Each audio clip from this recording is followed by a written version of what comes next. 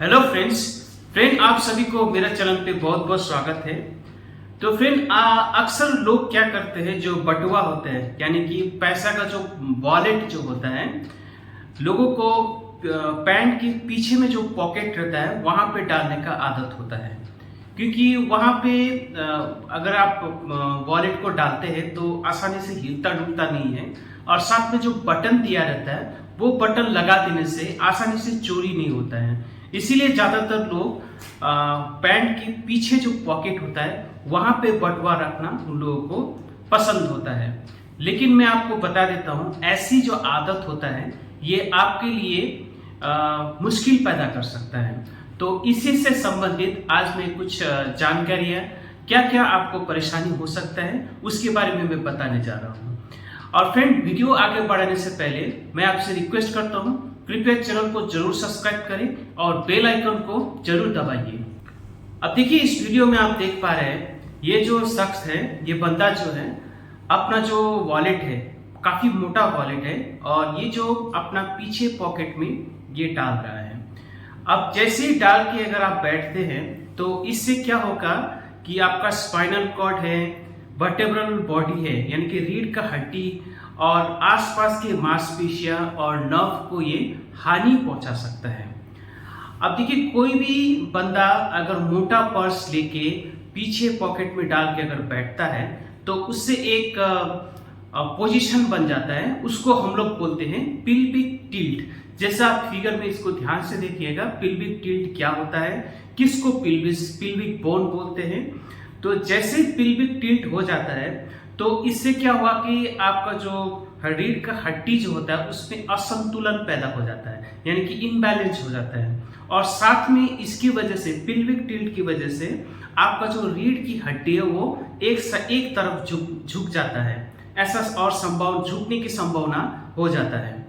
और इसके साथ जो आपका रीढ़ की हड्डी जो होता है, रीढ़ की हड्डी के बीचों बीच एक डिस्क, एक स्पॉन्ज जेली जैसा एक पदार्थ होता है, उसको हम लोग डिस्क बोलते हैं। तो पिल्विक टिल्ट होने की वजह से, यानी कि पिल्विस का एक तरफ झुकाव होने की वजह से आपका जो रीढ़ की हड्डी में दबाव बनता है। रीढ़ की हड्डी में दबाव बनने से आपका डिस्क जो होता है उसमें भी दबाव बन सकता है। तो रीढ़ की हड्डी के जो बीच का जो डिस्क होता है वो फिसल सकता है, फिसल के फिर आसपास के जो नस है उसको ये दबा सकता है। और साथ में गंभीर से गंभीर परिस्थिति में ये स्पाइनल कॉर्ड को भी दबा सकता है। तो इससे क्या होता है कि एक तो होता है कि आपका चलते समय आपका संतुलन बिगड़ सकता है, साथ में आपका पीठ में, कमर में दर्द हो सकता है, और साथ में आपका जांघों में और जो पीछे तरफ जहां पे आप बैठते हैं वहां का मांसपेशियों में आपको दर्द महसूस हो सकता है। अब देखिए, ये जो वॉलेट है यानी कि बटुआ है, अगर बटुआ अगर मोटा रहता है और ऐसे में अगर पीछे के पॉकेट में रह के आप काफी देर तक अगर बैठते हैं तो वहां की जो आसपास के जो मांसपेशियां यानी कि मसल्स, जिसमें से सबसे खास मसल्स होता है उसको हम लोग बोलते हैं पाइरिफॉर्मिस मसल्स।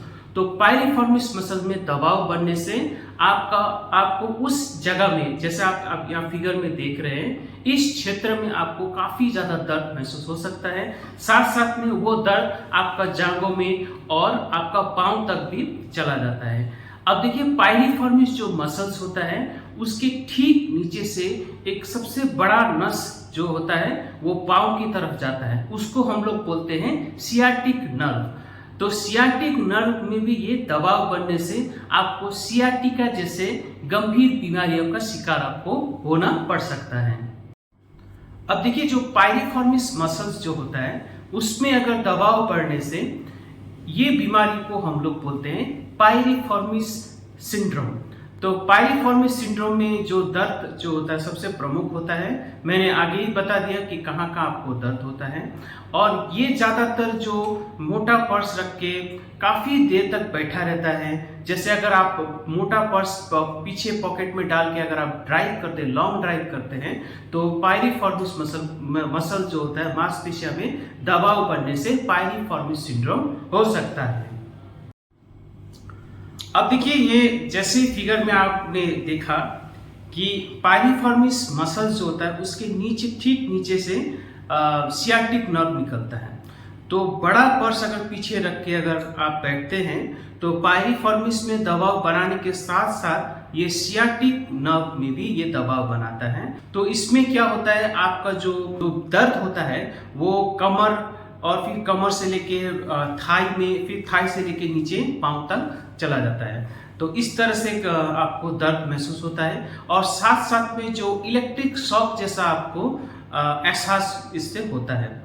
और अगर ज़्यादा गंभीर हो तो आपका उस साइड का मांसपेशियों में आपको कमजोरी हो सकता है और चलने फिरने में आपको दिक्कत हो सकता है। तो इसी को सियाटिक नर्व में दबाव होने की वजह से जो स्थिति पैदा होता है उसको हम लोग सियाटिका बोलते हैं। तो फ्रेंड, देखा आपने कि अगर मोटा पर्स या वॉलेट जो होता है, अगर आप पैंट के पीछे पॉकेट में अगर आप रखते हैं तो ये आपका स्पाइनल कॉर्ड में, आपका रीढ़ की हड्डी में, पिल्विस में, सियाटिक नर्व में और पायरिफॉर्मिस मसल में या फिर आसपास का मांसपेशियों में ये कैसा, ये क्या असर ये करता है और क्या क्या आपको प्रॉब्लम्स हो सकता है। अब देखिए, हमेशा आपको ये ध्यान रखना है कि हमेशा आप पीछे की पॉकेट में पर्स ना रखें तो बेहतर है। जितना हो सके आप कोशिश करें, या फिर अगर आप रखना भी चाहते हैं तो हल्का पर्स को आप रखें। और जब आप पर्स को पीछे पॉकेट में रखते हैं और जब बैठते हैं तो पीछे पॉकेट से पर्स को निकाल के आगे पॉकेट में आप रखा कीजिए ताकि पीछे की तरफ दबाव ये ना बना पाए। और साथ में जो चिल्लर्स है यानी कि कॉइन्स है, ज़्यादा आप जो वॉलेट के अंदर ना रखें क्योंकि इससे वॉलेट काफ़ी भारी हो जाता है। और साथ में जब भी आप बैठते हैं, अगर आपका पीछे की तरफ अगर पॉकेट, पीछे के पॉकेट में अगर पर्स रखे हैं तो ज़्यादा समय तक ना बैठे रहें। तो आशा करता हूँ आपको इससे काफ़ी अच्छा जानकारी मिला होगा और आपको ये भी पता चला होगा कि पीछे की पॉकेट में पर्स को क्यों नहीं रखना चाहिए। तो ऐसे वीडियो लेके हम लोग फिर आएंगे, तब तक के लिए धन्यवाद।